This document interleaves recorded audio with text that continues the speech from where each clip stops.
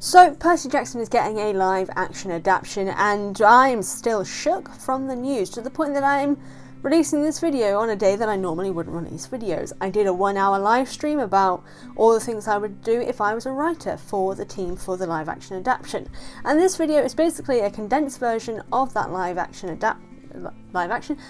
stream. Oh my goodness. To explain why I would love to be a writer for this team, the experience that I have, and what I would bring to it, and what I feel is important to put into the live action. There are lots of videos out about that now, but I'm doing one anyway, so just listen to my thoughts, and I'd love to hear yours in return in the comment section. So let's get into what I would want to see and write for the Percy Jackson live action adaptation.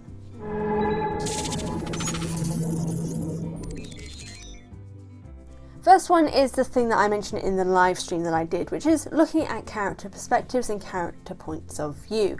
Now obviously this whole series is probably going to be from Percy's point of view. As most film adaptations, there's usually one character that we get most of the story from. Harry Potter, it was Harry Potter. Chronicles of Narnia, it is predominantly Lucy, but later on it is focused on the other Pevensey children as well.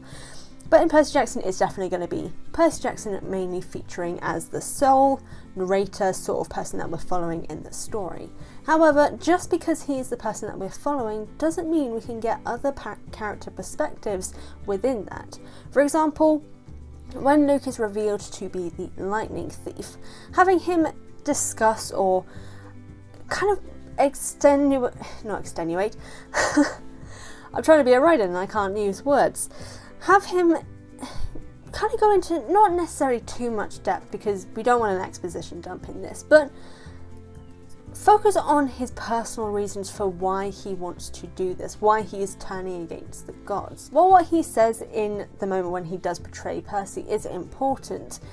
It feels very separated from him personally. Everything that Luke is doing is due to personal reasons. He felt abandoned. His mother was basically cursed by the gods, not that he realised that, but he then felt even more abandoned after that by his godly parent. So all of his motivation is an incredibly personal thing, but in his initial speech we don't really get that feel about it. So putting a more personal side into his story, which leads later to what happens with his redemption and how he changes himself and reveals his reasons and is a good guy in the end. And I put that in because I feel the redemption still isn't the best thing, which is why I feel if you put a more personal, sympathetic side to his motivations and his reasons, even showing it throughout the series. So in Sea of Monsters, having him being conflicted about the poisoning of Talia's tree. In Titan's Curse, have him be even more devastated about what he is doing to Annabeth. Everything that we see him do is horrific, but we don't really see him have any guilt, even in the dream sequences that we have with Percy. And again, that is because Percy is an unreliable narrator, so maybe we aren't seeing that. But if we're able to portray that in terms of the filming and the writing and the dialogue in it, maybe we, the audience, can understand that a little bit more, even if Percy himself is rejecting that. And then also in terms of perspectives, I think Annabeth deserves a little bit more also. There are many things that I know at least the fandom question a lot about Annabeth in relation to her family troubles, her defending of Luke. So to show their relationship and have her talk to Percy about their relationship and how Luke literally was the person who saved her as a child, have that discussion at some point, even still from Percy's point of view, will humanise Annabeth's reasons and make us sympathise with her as a character, even if it doesn't do the same for Percy. But speaking about character relationships are a thing that I think needs, well, it could get a lot more work in this in the series itself, particularly 3 different kinds of relationships that are basically the most important relationships in this series. And that is Percy and Luke's relationship, which may be surprising considering how little of a relationship that they have, which is kind of the whole point. They are meant to be rivals in every sense of the word. Luke is also the friend that betrays Percy in the first book, but they hardly have any interactions of real friendship-like significance. So if that is built up more, the betrayal of Luke is it feels more intense to both us, the audience, but also to Percy, to build up that later resentment and rivalry. And even having moments of, if they have this friendship and they have maybe like inside jokes or something like that, and have that thrown back in Percy's face in the later seasons, it'd be really interesting to build up that dynamic, even if it's to make Luke look a little bit more villainous in terms of his personal vendetta against Percy. But again, he does have a personal vendetta in the books itself, but they themselves don't really have much of a relationship for that personal vendetta to really mean anything. So building up that relationship is important, but also the relationship between Luke and Annabeth. Luke was the person who saved Annabeth as a child. Luke is also the person that Annabeth looks up to, both in terms of her having a crush on him, but more than that, he is also the guy who not only introduced her into the world, made her feel that she wasn't crazy, but then protected her for pretty much all the years of her life that a parent normally would have. So he is an important figure in her life, and because of Percy's unreliable narrating aspect, we can't sympathise as much with her in terms of her defending Luke. So to build up their initial earlier relationship, instead of her just like blushing when she sees him, maybe having a few moments between them, or have her talking to Percy about their friendship and their relationship and their connection with Talia and why that's important, either in the first book or in the second season or something like that. Have that happen and we can understand their relationship more, as well as Percy, even if again he rejects it because he thinks it's not justifiable for her to defend Luke, which again it technically is, but at the same time it works for her character. But then also, and this one may be surprising, but the Grover and Annabeth relationship I think is important, because Grover brought her to camp. He brought her to this safe place. But in the first book itself, and even later on, while they do have these moments together, their friendship isn't particularly developed, which I think is really unfortunate. I think it'd be fun and interesting to delve into that a little bit more, because I know we have a few moments in the initial journey together in what would be the first season, but to have more of that and have them working together and being aware of each other, and Grover also standing up for Annabeth in certain areas when Percy is pushing too much in certain areas, especially in things relating to Luke, because yes, Grover disagrees with Luke, but Annabeth defending Luke in certain areas, Grover is going to identify with that because he's going to have seen that relationship and friendship and understand where she's coming from.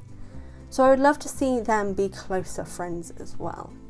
Another thing that I brought up in my live stream is the exploration and understanding of mental health in this series. There are so many mental health illnesses that are easily identifiable in the books but aren't really explored or understood to a level that I think they could be in this series, in a sort of letting the audience know, even if they are kids, mental health is real. You can have an anxiety attack and it's horrible, but Percy himself has anxiety. We see that in the start of... I've been doing the Sea of Monsters in my podcast recently, and he wakes up in a cold sweat from a nightmare about Grover. That could lead to him having a sort of anxiety moment of him being able to... struggling to come out from that dream, which was quite scary. And even the prophetic dreams in general can be a sense of anxiety, because he could be afraid to go to sleep, but wondering what horrible thing he's going to see that night as well.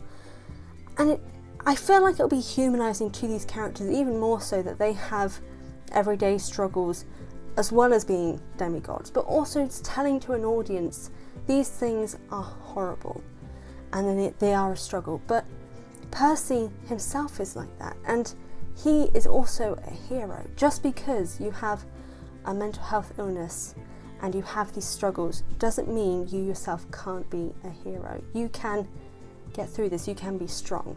But also in terms of mental health, we also have kids with clear PTSD, Annabeth with a traumatic childhood that really isn't addressed enough for me to feel comfortable with, because really she is from an abusive household. She was made to feel insignificant and unwanted to the point that she ran away at age 7.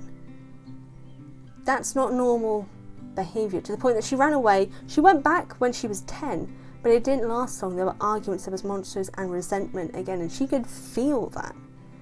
And it happens regularly. Even in the Sea of Monsters, she left again because of problems at home.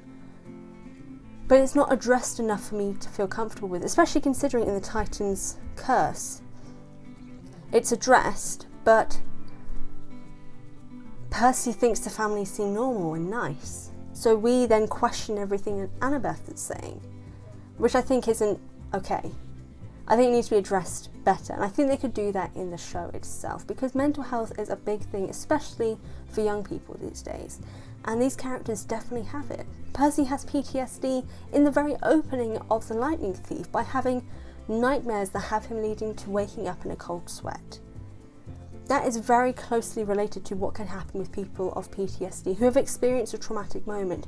For him, literally killing someone and then being told that that person didn't exist.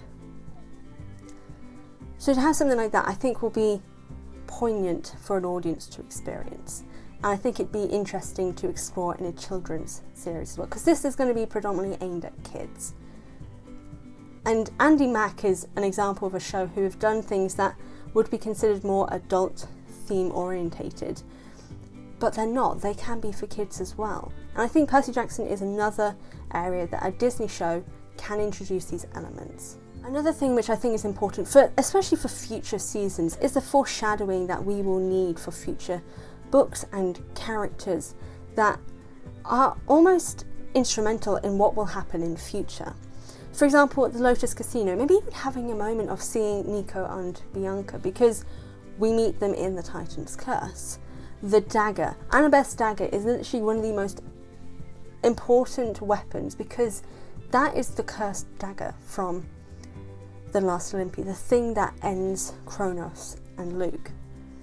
But I feel we don't have as much focus on it as we should do, considering its significance. I don't mean specifically pointing it out so people are aware, but subtlety and foreshadowing to lead to that moment of us understanding when it comes to that moment, this is the dagger, this is the thing that has always connected them. This is what built up to this curse and the ending of the Titan War. This is the moment, and we will have that significance because the dagger has had significance from the beginning. And then even things like Rhaena to hint towards Heroes of Olympus, or even a moment of Talia referring to Jason, but not even outrightly, but a moment of her talking about siblings and kind of getting a sense of sadness washing over her, even if it's just in terms of body language, as a hint towards in future when we learn that Jason and Talia are related. There are just so many things that are foreshadowing that can be so easily hinted at. The spy in the series, having in the background, literally in the background, slightly unfocused, a conversation between Luke and Selena. So to see that in the background, unfocused, for a foreshadowing of that future relationship and that significance of him seeing and talking to her, making her feel seen outside of her beauty, would be a great moment of foreshadowing for what comes in future. And there are just so many things that I think can really bring and enhance and heighten the story and the characters for Percy Jackson, because Percy Jackson and the Olympians is all about characters and their relationships and their connections to each other and what happens in future and what single moment can lead to something in future. So to have these in the story slowly hinted at or in the background, foreshadowed and explored to a level where we can sympathise and understand each character, humanising them in a way that has us invested in their story, understanding all perspectives, even if we know some of them are wrong. It means every single loss and every single moment is going to feel so much stronger. And that's what I would want to see and would want to do if I was a writer for the Percy Jackson live action. But what do you guys think? What would you like to see or have done in the Percy Jackson live action adaptation? Whatever the case, let me know in the comment section down below, because I would love to hear your thoughts. I want to thank you guys so much for watching this video. I really do appreciate it. If you go to the description box down below, you'll find the links to all of my social media, my merchandise store and my Patreon. Can't support me on Patreon? Be sure to hit the subscribe button and the notification bell if you want more Percy Jackson. Again, thank you so much for watching this video, and I will see you guys next time.